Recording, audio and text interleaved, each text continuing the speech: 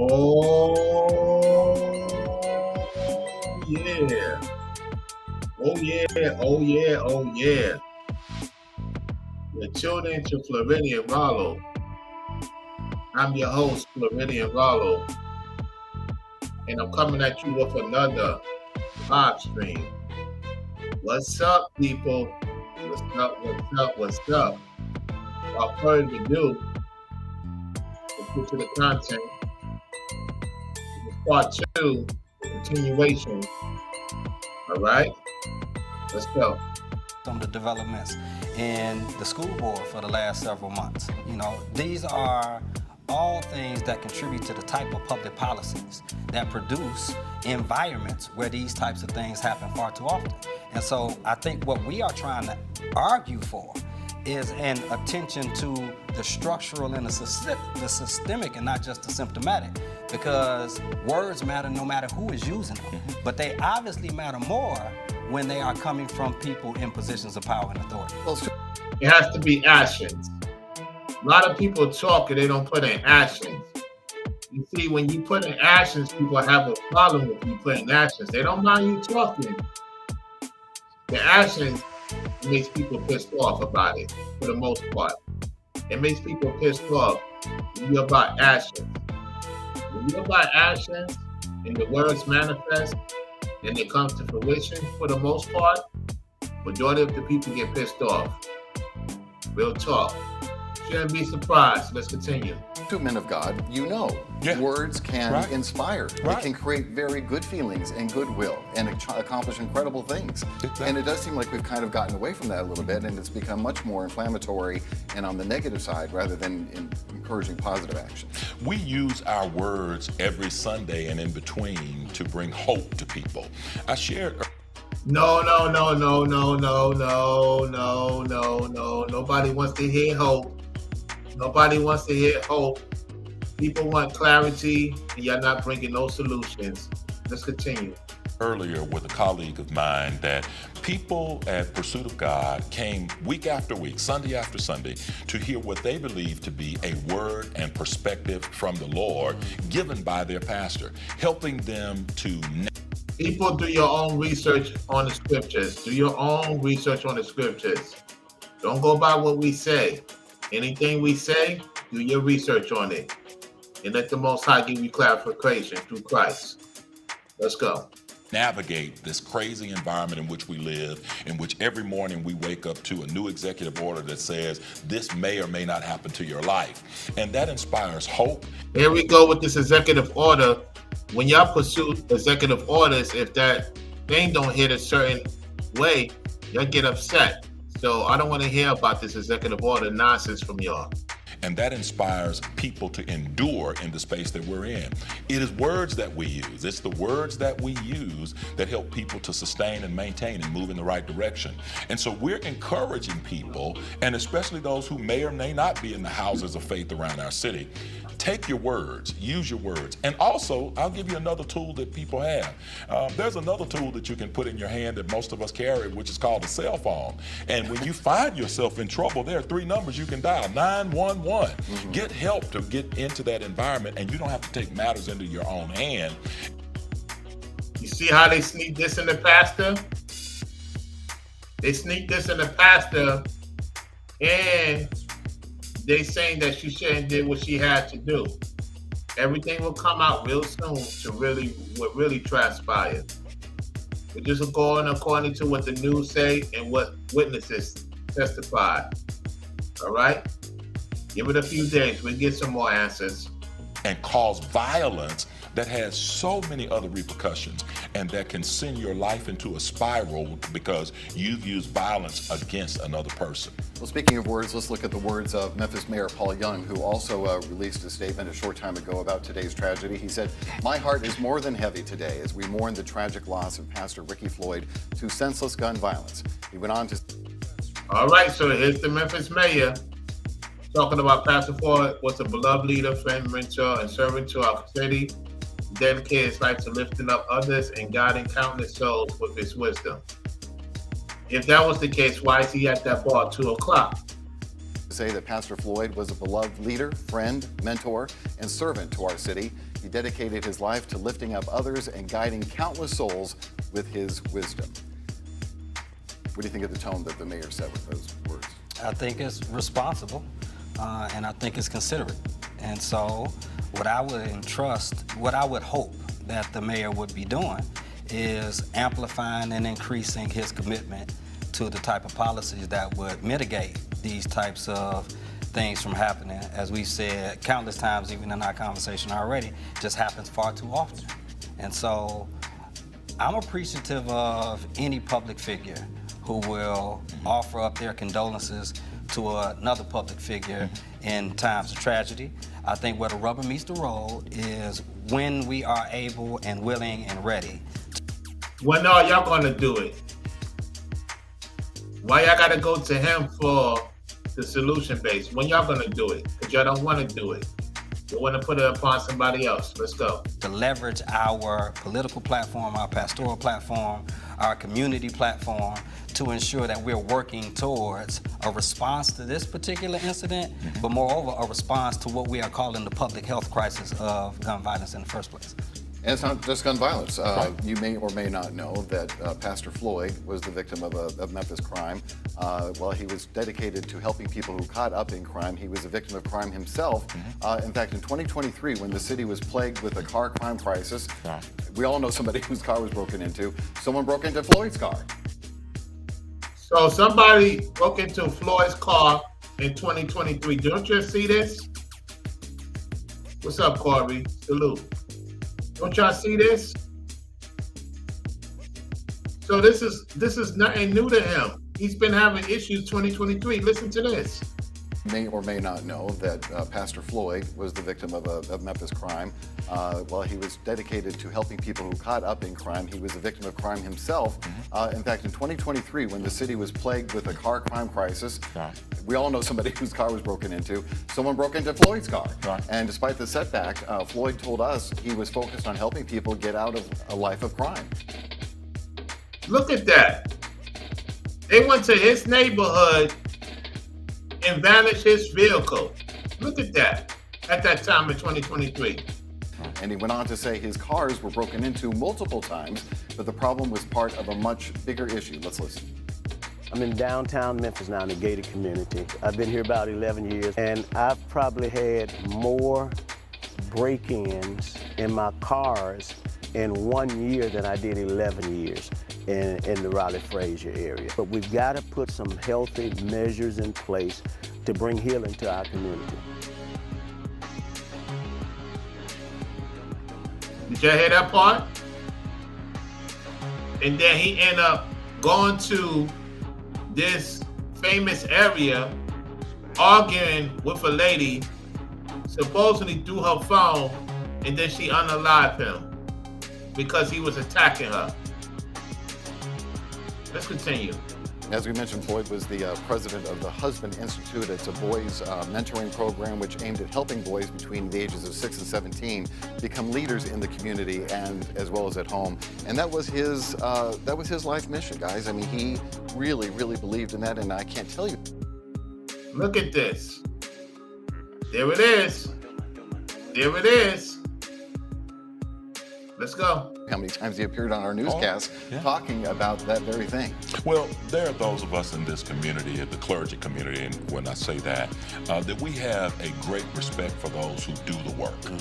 Many of us are well-trained orators, and we know how to use the gift of rhetoric and communication to preach. But it's after the preaching where it really matters. This is where the rubber meets the road. When do you get out in this community and roll up your sleeves and inspire people to do the work to make the systemic changes that need to be made? Rickey was that guy, and Rickey could. So they admitted that he was that guy, yet he made a vast decision to go out there and dibble and dabble into things he's not supposed to dibble and dabble into. What was his time of need for that? I don't care about his passing. Let's go. Could be found with his sleeves rolled up. He could be found doing the work. He could be found, I mean, and let's be honest, I don't know that we know of Rickey. It's showing the women, him and the women again. It's showing him and the women. As a great pulpitarian. We know him as a great community leader, a great servant leader.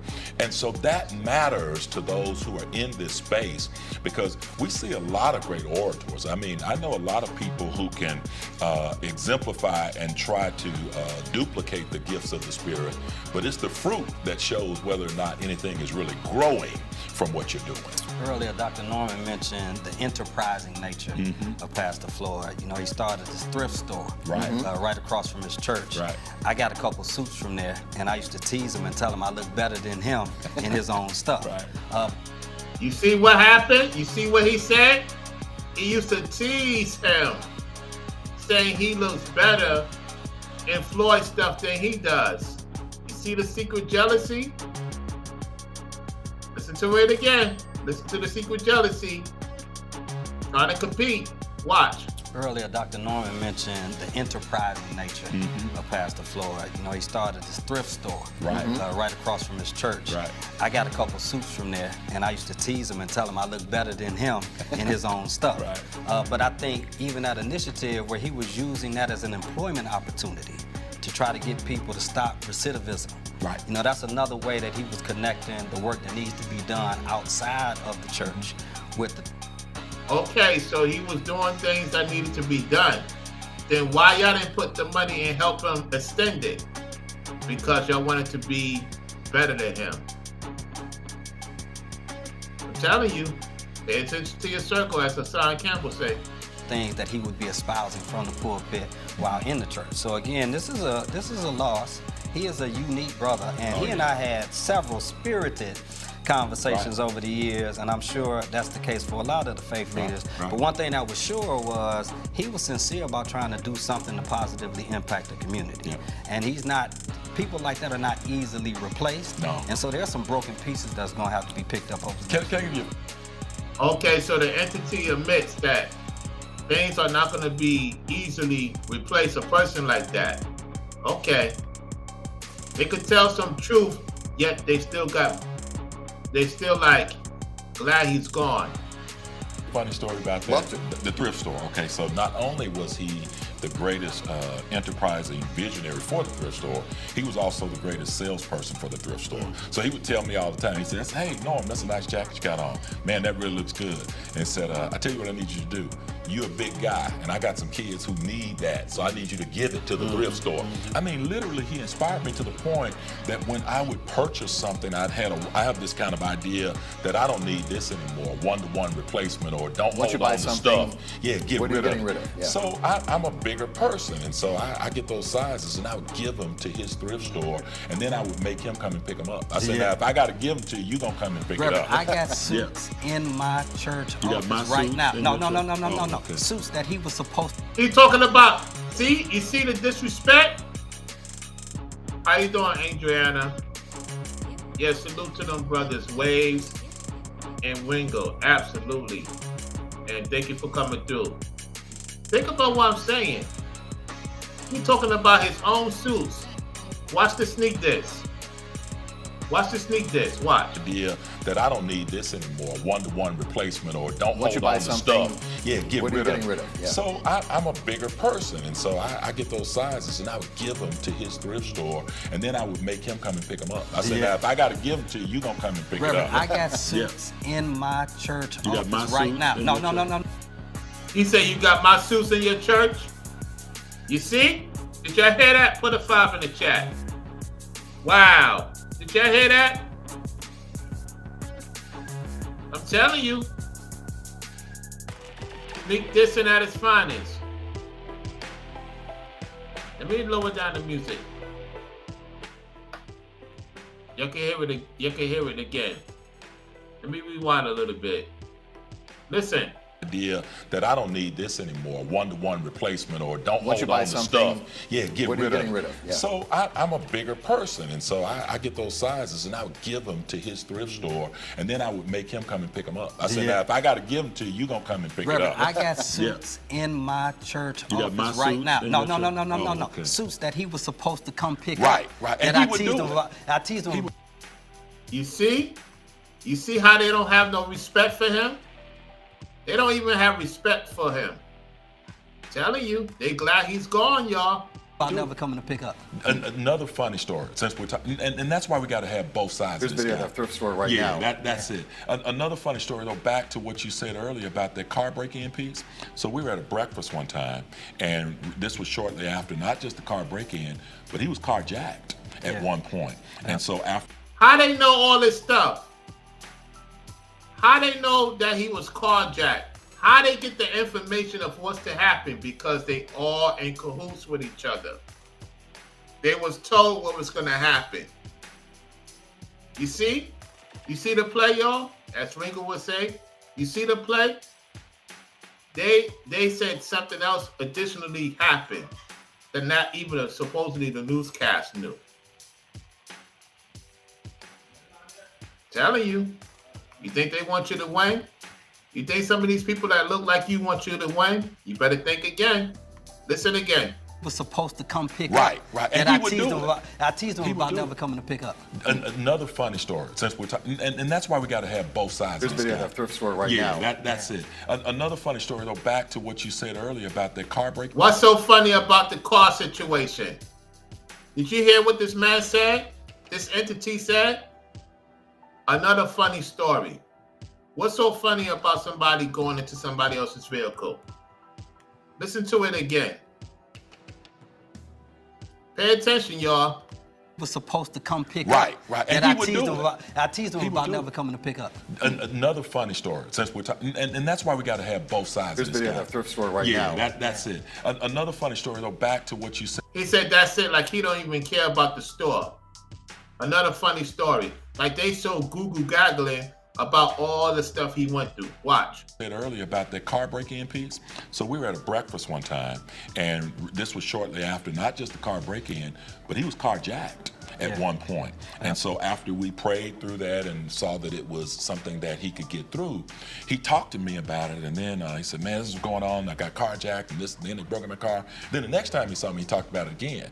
And so my joke with him was, you need therapy, man. You need to go somewhere and talk to somebody about this because, you know, it keeps happening to you, and you need to make sure you're okay. You see the sneak dissing? Y'all see the sneak dissing, y'all? Do y'all see the sneak dissing? Look at the sneak dissing. Hold on. The sneak dissing, y'all, uncalled for. Give me 1 second. I gotta go get something real quick. Give me 1 second, y'all. I'll be back in a couple of minutes. Let me put this music up for y'all. I'm gonna put the music up. Give me a couple of minutes. Hit the thumbs up on your way in.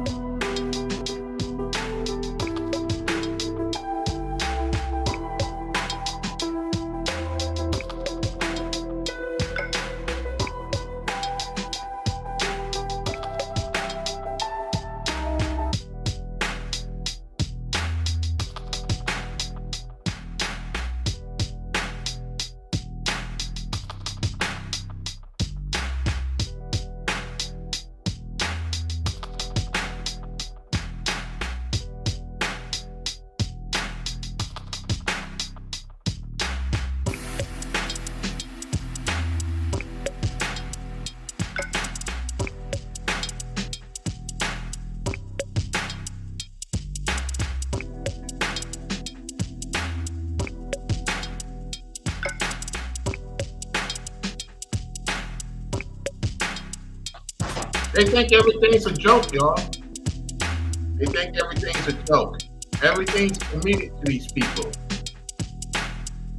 What's up, Justin? What's going on? What's happening? They think everything's comedic. What's up? And so he would look at me sometimes, and I would call him sometimes. He said, "Don't call me with that stuff again." He was a really wonderful spirited guy, man. We're gonna miss that guy for the work that he did, but for the person of who he is. And based on just what we've talked about here today, he had so many reasons to give up, throw up his hands and say, you know what, I'm done. I've been a victim of crime too many times, and I give up, and yet he kept pressing on. And I think there's something special about faith leaders like him, and you too as well. There are very few, in a city that has a church on every corner, there are very few who really stand out and give not just back to their congregations and their flock, but to the city as a whole. And I just wonder, what is the motivation there that you see? Is it a calling that you feel like you want to give back in even more of a way than most pastors would? I think that's always part of it. Yeah. I think all of us have a sense of call and vocation. But that's also connected to personal experience. Exactly. And so anybody who knows his story, and he would tell it all the time. Yep. If he was giving a graduation speech, if he was giving a eulogy for somebody. We're going to get to something very important. Give me 1 second.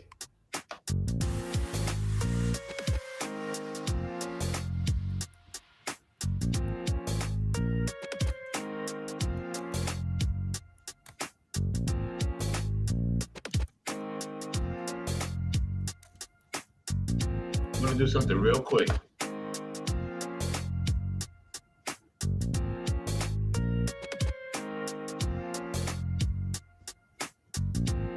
Let me go to it real quick.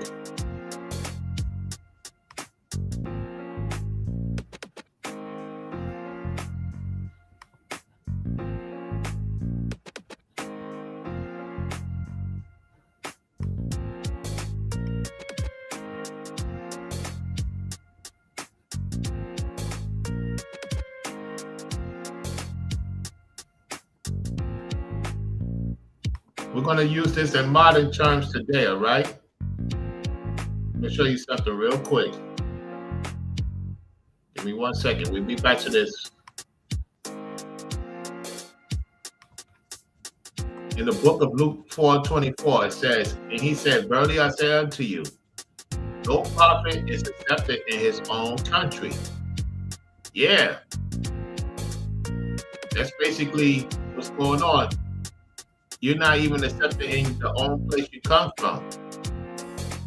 You're not even accepted in the own place you come from, y'all. He was not accepted in his own homeland, his own state that he come from. He got unalive in his own state, y'all. Think about that. He got unalive in his own state where he come from, where he try to help people. Let's continue. He would always tell, his backstory. And so when you have been brought through circumstances and situations and trials and tribulations. I'm not saying he's a prophet. I'm not saying the pastor is a prophet. What I'm saying is if he was doing the ministry in his own town, according to these entities, and look who unalived him, a lady unalived him. With the help, of course. Let's go.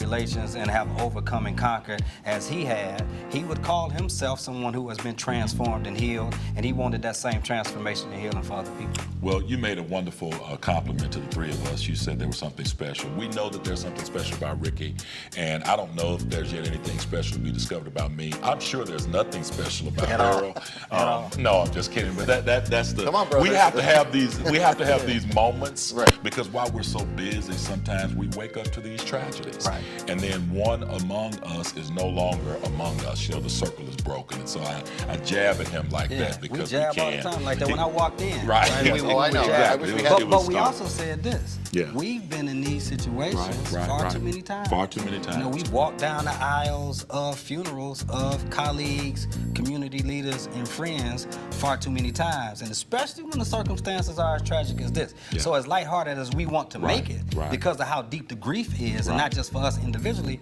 but the grief for the entire community. We want to make sure we create space to grieve. There are pastors all over the city right now, man, who are just shocked and stunned, grieving. The Most High is visiting these places, even in the South. If you're not moving right according to scriptures, not according to man and what we think, according to what the Most High and Christ think, these untimely things will be continuing to happen because he's visiting. He's visiting. It's not a game, y'all. Let's go. I had interaction with Rickey yesterday at the Fraser community meeting that was going on, which he was always going to be present. So they're grieving and stunned right now. And then, can I just honestly say it, we feel a sense of vulnerability sometimes. Sure. You know, the truth of it is you know where we are most of the time. If I'm not mistaken, this pastor was in a couple of movies. He was on a couple of movies that I've seen from the African movies. I think he was involved with Nollywood, so-called African movies. And he was also involved in some other stuff. I just can't think off the top of my head. He feels so familiar. Now that we're talking about it, breaking it down with these entities. Yeah, the one that passed away unalive by the woman, looked like he was in some movies. Not this guy, pastor. Time on Sunday morning and Wednesday night, okay? We are somewhere trying to bring hope. Oh, that is the pastor. He looks familiar, y'all. He looks familiar in some movies. To others and work in those spaces, and then something like this tragically happened. These two was in some type of movies too. I just can't remember what movie it is, y'all. These are too many familiar faces. Anyway, let's go. To an Artura in her driveway, to Rickey, regardless of where it happens. And so these things are happening. And so that sense of vulnerability and loss among a small community of people, you can say that there's a church on every corner, but I can guarantee you there's not a pastor at every church. I can tell you that there are some people who are hirelings. The scripture calls it that. So for those of us who are entrenched in loving the community, notice he putting the pyramid sign to his constituents. Community, this place called Memphis, the people who do what the book of Jeremiah say, pray for the place in which I have caused you to dwell. You're there on assignment and there on a purpose. And although all of our purposes don't mimic each other and mirror one another's, we know what they are, and we're committed to getting them done against all odds. He reached out to me Monday via text, inviting me to a meeting that's coming up next week with the district attorney and the chief of police and others, and I was unable to commit to it, but those were the things that he was unable to commit to it. Listen to this. Listen. All of our purposes don't mimic each other and mirror one another's. We know what they are, and we're committed to getting them done against all odds. He reached out to me Monday via text, inviting me to a meeting that's coming up next week with the district attorney and the chief of police and others, and I was unable to commit to it, but those were the things that he would be found doing, not just trying to be a maverick and a lone ranger, although he had some of those tendencies because he was just that kind of unique person, but he was also trying to make sure that the people who he felt like needed to be in the room were in the room. Strategic. You see, when you try to invite people to certain things, they want to set you up. Cordially out of nowhere. Then all of a sudden he's gone. And here they come. Poof, they appear. Is another word we can use to describe him, because he knew who to invite to the table, and so his voice was not overused. He would also plant and tell you, now I need you to talk about this, right? I remember a club meeting once where he had been involved and he was trying to push for certain things, and so the people in the room who were pushing back came in with the idea, we're going to shoot down what what Pastor Floyd is going to say. Problem is, he had given the narrative to other people in the room, and for us to echo the message. And so we came in finding ourselves as passionate about it as he would be. And so people were kind of going, uh-oh, we don't know how to shoot this down. And he was just sitting back with his hands folded like this, as he would often do sometimes, kind of going, I didn't say it. They did, right? But he was the conductor. He was strategic. Yeah, there was He a knew lot of how to times fight in tandem. Yeah, we fought over strategy a lot, he and I. Pastor Floyd. All right, so they laughing and mocking at the same time. All right, let's continue. Floyd also worked to increase the number of homeowners in Fraser. That was a big cause of his. He started a program that educated and facilitated the purchasing of homes. The program was vital for people who never thought that would be possible for them. The program not only taught people how to buy a home, but also more importantly, how to keep a home, which we all know can be a challenge. The church. Uh-oh. There it is. There it is. Now we getting somewhere. So he was teaching people not only how to get a home, how to keep a home, which is not easy for most people in particular situations. Listen to this again. Listen to this keynote. Listen. Be possible for them. The program not only taught people how to buy a home, but also more importantly, how to keep a home, which we all know can be a challenge. The church also purchased homes with the goal of selling them to people who completed the program. Imagine. Oh, so now we get into the gist of what led to the situation. Oh. We can't take that away from him. He has brought homes for the people. Okay? He got some stuff with him. However, he done help some people get some places. Listen. The program not only taught people how to buy a home, but also more importantly, how to keep a home, which we all know can be a challenge. The church also purchased homes with the goal of selling them to people who completed the program. We want people to begin to form a habit of paying on time, being responsible, and at the same time, while they're developing that habit of paying on time, we want to begin to perfect their credit scores. We want to begin to show them how to save. And that really spoke to me, guys, because again, he just seemed to have a knack for really. Ooh.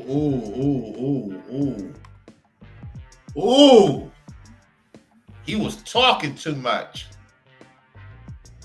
Kind of like when Ringo was breaking down Old Boy, Little Ronnie. He was talking too much how to gamble to win a lot of money, even if he ain't had the money. Ooh, he was talking to too many people. Certain things are not meant for everybody to know because their brain cannot compute. Not everybody can keep their mouth. You gotta test them with the little things before you may be able to tell them what's really going on, because you can't tell everybody everything because they don't know how to keep their mouth.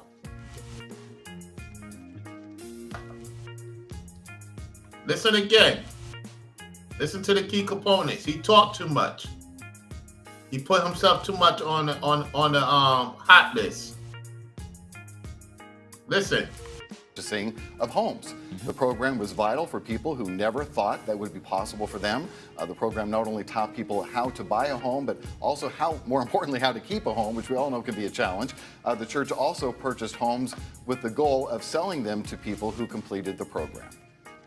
We want people to begin to form a habit of paying on time, being responsible, and at the same time, while they're developing that habit of paying on time, we want to begin to perfect their credit scores. We want to begin to show them how to save.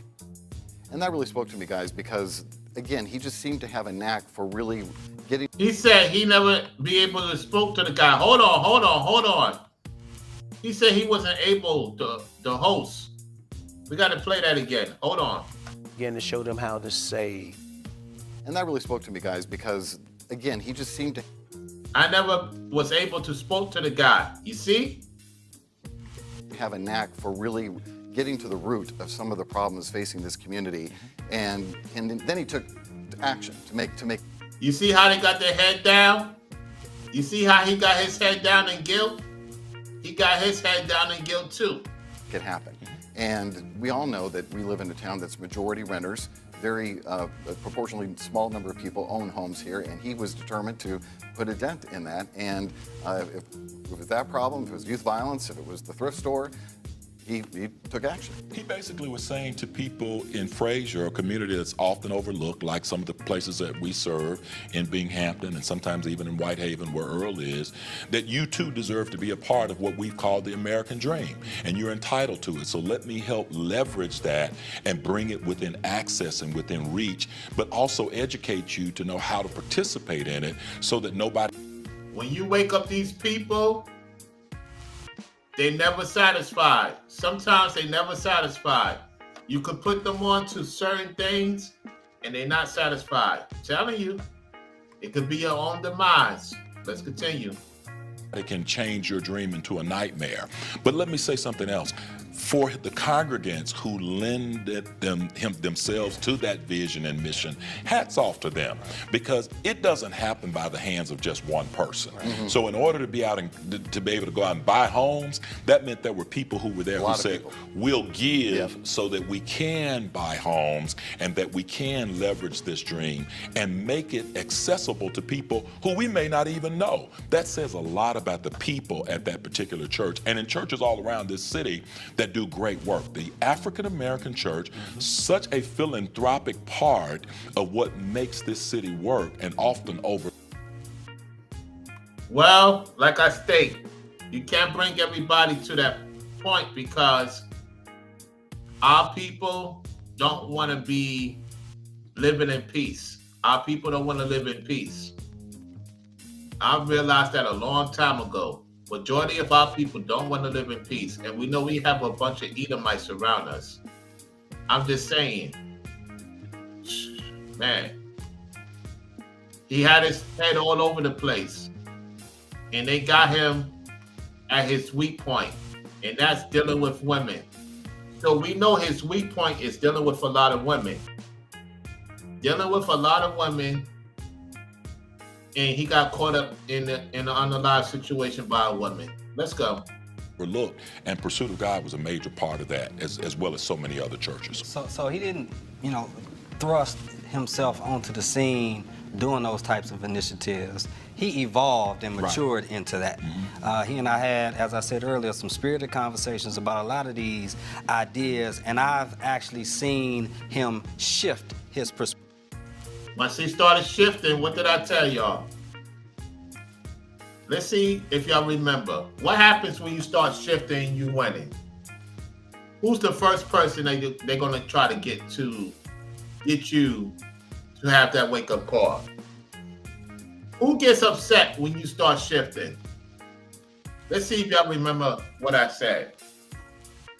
Justin, Golton, Corey, whoever's in the chat. What happens as a man when you start shifting and you start making sense up to what you're doing? Who's the first person that wants to leave you? Who's the first person who's willing to walk away from you?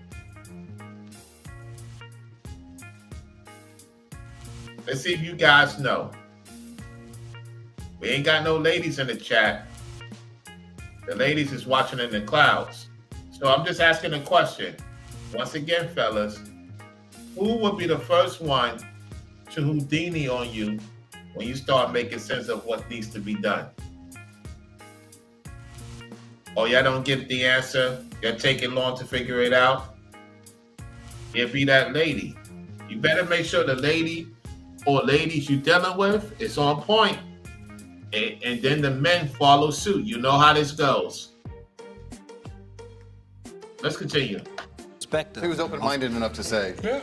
I mean, he was strong-willed. Okay. But definitely amenable. Yeah. I mean, it's hard to be a pastor and not have a strong will. Oh, now he wants to talk about himself. You see? Aren't we all? We're talking about the person that's unalive. You talking about yourself. Both of y'all are talking about yourselves. Listen again. A lot of these ideas, and I've actually seen him shift his perspective. He was open-minded enough to say. Yeah. I mean, he was strong-willed. Okay. But definitely amenable. Yeah. I mean, it's hard to be a pastor and not have a strong will, especially any amount of tenure. But what I want to amplify is that he was willing to publicly repent when he felt as though he had wronged someone and it was acknowledged that it was wrong, he was not so strong-willed that he could not say, hey, I'm sorry, I apologize, and he even did it publicly, and I don't think enough pastors do that. Norman has never apologized to anybody about anything, no matter how wrong he was, but I still forgive him and think he's all right. I've apologized to all of them. You see? I'm laughing seriously. I just haven't apologized to you. Yeah. On a more serious note, what would be your message to that congregation that is dealing with this grief right now, and knowing that they've lost their beloved pastor who inspired them, as you talked about, to do many things to help others? What would be your message to them today? Hold on to that inspiration that he received from God and imparted unto them. Don't lose that hope. Keep that vision, keep that mind, and realize that they have a sustainable mission in their hands right now, that they must continue the work that the Lord gave to Pastor Rickey Floyd, the vision that he gave to him, and continue the work for the very work's sake that they must continue that particular pathway. Yeah, I don't think we've seen or heard the last from Pastor Floyd. No. His work is going to live on, and I would encourage that congregation to embrace his vision as a church without walls, because they got a congregation that is going to surround them throughout the community and throughout the country. Well, if you guys know him at all, and I only had the pleasure of meeting him twice, you know that the congregants were very inspired by him, and I think they will take your message to heart, for sure. Yeah. Thank you so much, both of you, for being here. Before we go, we want to remind you, if you're just joining us, that Memphis police responded to Mama's Bar and Kitchen on Kentucky Avenue just before 1:30 this morning. When officers got there, they found Pastor Floyd dead. Investigators say that the shooting followed a verbal argument between Floyd and 42-year-old Samantha Marion. She is now charged with voluntary manslaughter. No bond or court date has been set for her. Do y'all see her? Do y'all see her? Take a look at who he was probably dealing with. Take a look at that 42-year-old. Does she look like she's 42? She got them crazy look. Crazy. There it is. There it is. Arguing with a woman. She went, pop, pop, pop, pop, pop. Gone. Man, y'all keep messing around if you want to. Listen, when you start doing good, you better make sure that woman screws is correct. You better make sure her screws correct. Ladies, if you're dealing with a dude and you doing your thing and you meeting this man, you better make sure his screws is up there. You get the drift, right? Let's go. Her at this time. There you see her mugshot, and we will be continuing to follow developments with this story as the evening and week progress, and keep you posted on what we learn not only here on ABC 24 Plus, but also online and on ABC 24. Online and ABC Plus. Well, since y'all watching me, because I know some of you congregants of the news station over there is watching me, you need to investigate on what those two guys know. They're not telling. They only telling what they want to tell. Anyway, I'm going to end that. We did it under an hour, y'all. We did this live stream under an hour. So, y'all know the routine. Hit the like button on your way out. I thank each and every one of you for tuning in to the show. Salute to Corey for making sure everything's good in the chat. Thank you, Corey, for coming through. Making sure everything's good in the chat, fam. Oh, we did have a lady in the chat. I'm sorry, Adrian came through the chat. Adrian is the only lady that came through the chat. So when I'm so focused, forgive me, Adrian. You was in the chat. Adrian was in the chat. That's the only lady that was in the chat. So to Corey, to Justin, to Goten, And to Adrian, thank y'all for tuning in. Those who viewing in the clouds, thank you for liking the button. If you rock with the platform, you haven't support in a minute, hit the Cash App, hit the Super Chat, and hit the thanks. All right, I finally got my Apple phone situated to where now I can watch some Apple Plus. And I can support on my Apple phone Super Chat if I decide to do that. So that's what's up. Great option to have. So, to everybody tuning in, thank you for viewing. I appreciate it. I got a surprise for y'all tomorrow. Who remembers the song from En Vogue? Who remembers En Vogue? Put a 2 in the chat if you remember En Vogue. We're going to talk about the ladies living in a car. Some of the content creators talk about it. I'm going to talk about it from this perspective. One of the finest women in Vogue is living in her car, and it's a trend of women in the northern states living in their vehicles. Not only men. You gotta, whether they are artists or not. We're gonna talk about the northern states tomorrow, about En Vogue. We're gonna hear her testimony, and y'all tell me what you think about that. So it will be jam-packed tomorrow. So if you're watching at work, watch the replay. I'm signing off. I'm getting ready for the site tomorrow myself. Some of you are at the site. Some of you are tuning in, leaving the site, or driving, whatever the case may be. Y'all be safe out there.